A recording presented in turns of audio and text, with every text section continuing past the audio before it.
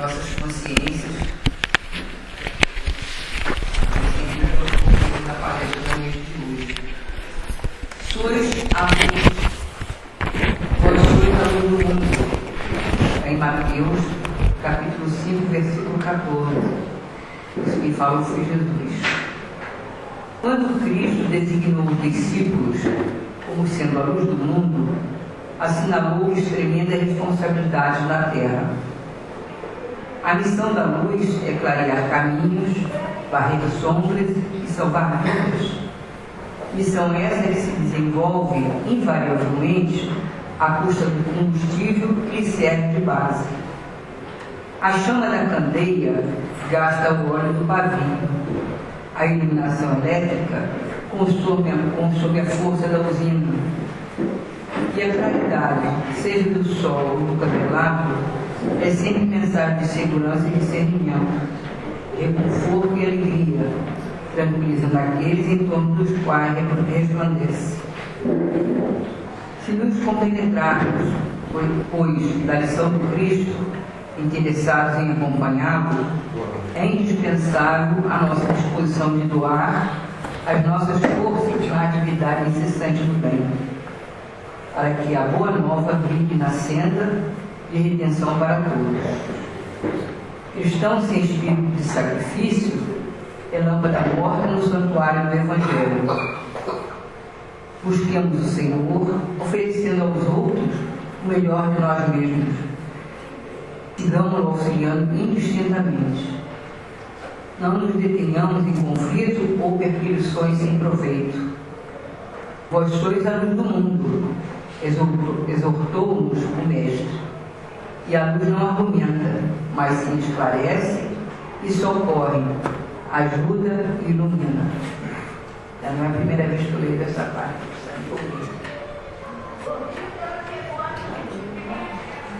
Vamos elevar nossos pensamentos para buscarmos essa tranquilidade interior e pedir ao querido Mestre, ilumine a todos nós, ilumine as coisas todas da noite de hoje, a nossa irmã Cláudia, para que possamos, acima de tudo, absorvermos esses ensinamentos que aqui sempre viemos buscar, pois é com estes ensinamentos que, à medida do nosso crescimento espiritual, procuramos pautar a nossa vida. Que o Senhor ampare a todos nós, que assim seja.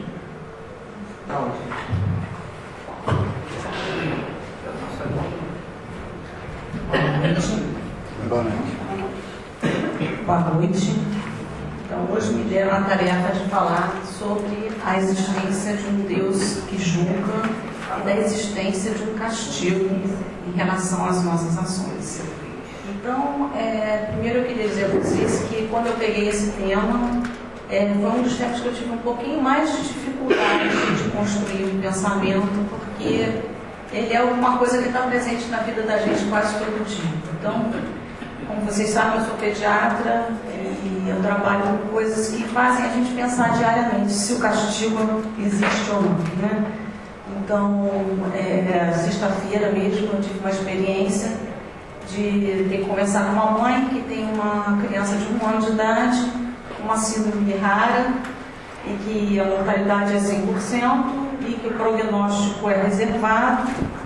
Então, se de alguma maneira eu vim ao mesmo tempo com uma certa dificuldade, porque no dia a dia isso é uma coisa que vem pintada diariamente, eu cheguei à conclusão que se eu não acreditasse realmente que não havia castigo, eu não poderia continuar trabalhando, eu não poderia estar aqui falando hoje. Então, na realidade, a outra preocupação que eu tinha era de ter que chegar aqui e ter uma coisa pronta para dizer assim, bom, olha aqui são os ensinamentos e Deus não castiga ninguém.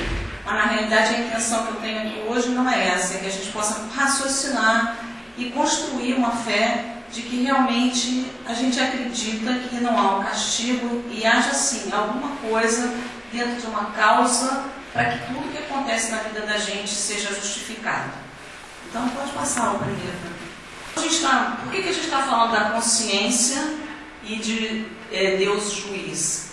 Porque as leis divinas estão impressas aonde? Dentro da nossa consciência. Então, de alguma forma, mesmo nas épocas primitivas, como a Vera falou na semana passada, a gente já tinha instintivamente dentro da gente a ideia da existência de alguma coisa que não perecia depois da morte do corpo.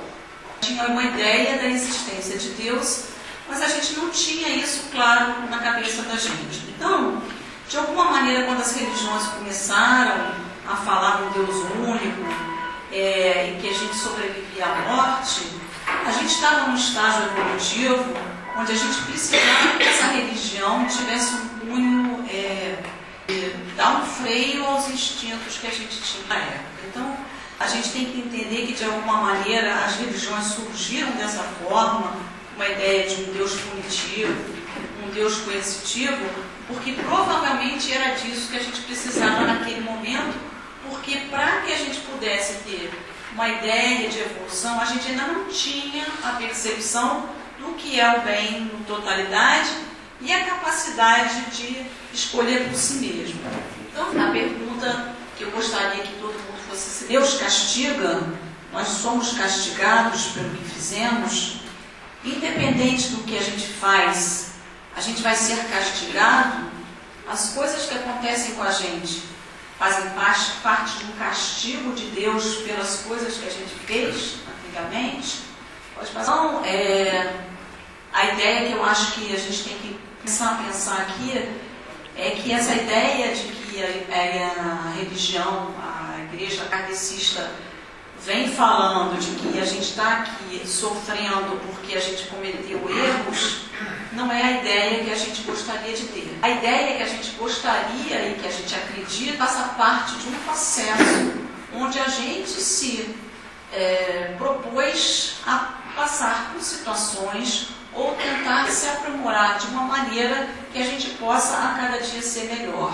Então, que não haja uma ideia de culpabilidade, no sentido de ser castigado, mas sim um sentido de projeto, de que a gente se transforme cada dia mais em seres mais dados, com uma melhor maneira de se comportar em relação aos outros. E aí pode passar, então. Uma imagem que eu até já coloquei numa outra palestra.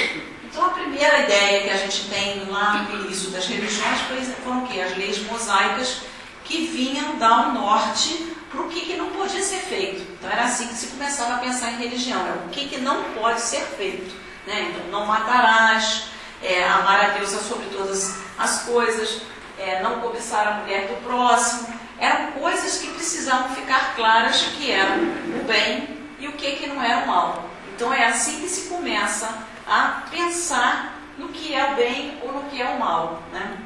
As leis eram amar a Deus sobre todas as coisas, não tomar o seu santo nome em vão, guardar os domingos, honrar pai e mãe, não matar, manter a castidade, não furtar, não levantar falso testemunho, não desejar a mulher do próximo ou cobiçar as coisas alheias.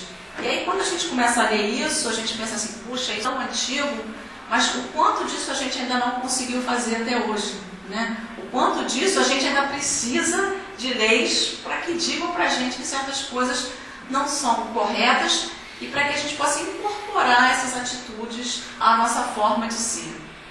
Então, pode passar. Então, a ideia de um Deus vingativo, ele primeiro serviu para a gente começar a ter um norte em relação à espiritualidade, em relação às leis divinas, mas ao mesmo tempo ela foi manipulada de alguma maneira, historicamente foi manipulada como uma forma de transformar a religião numa coisa para que você tema a Deus. Então, você vai fazer o que eu estou determinando porque Deus vai te castigar. Então, de que forma foi utilizado? O homem utilizou isso para ter um controle.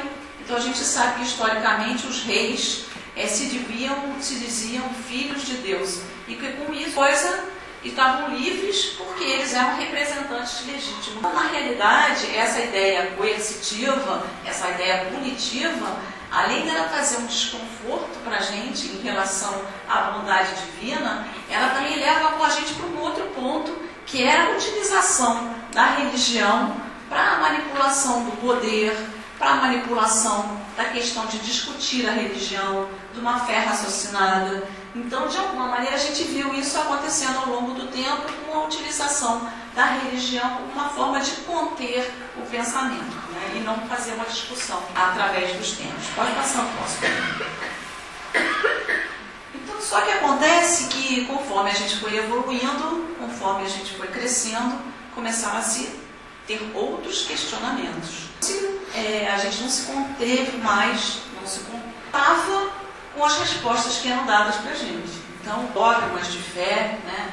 Então você não pode discutir, você não pode perguntar por quê, não pode perguntar, isso é um pecado, se perguntar é para ser compreendido. Isso, alguma evolução, a gente se perguntar, mas por que certas coisas acontecem e de que forma isso pode ser explicado, né? Então, por que a gente então, se o espírito, né, se a gente fosse criado no momento que o corpo nasce, como que a gente vai explicar nascerem miseráveis, outros nascerem ricos, nascerem portadores de deficiência física, outros terem uma família amorosa, outros serem abandonados e orfanados? Então, começa a se perguntar, bom, se a gente é criado no momento que a gente nasce, qual a justificativa para tanta desigualdade? Pode passar o próximo. Nascem na miséria e outros nascem na riqueza. Por que então há uma divisão tão desigual, tanto das coisas boas quanto das coisas ruins? A gente às vezes se pergunta, poxa, mas aquela pessoa, ela é uma pessoa tão má, e ela é rica, ela aparentemente está feliz.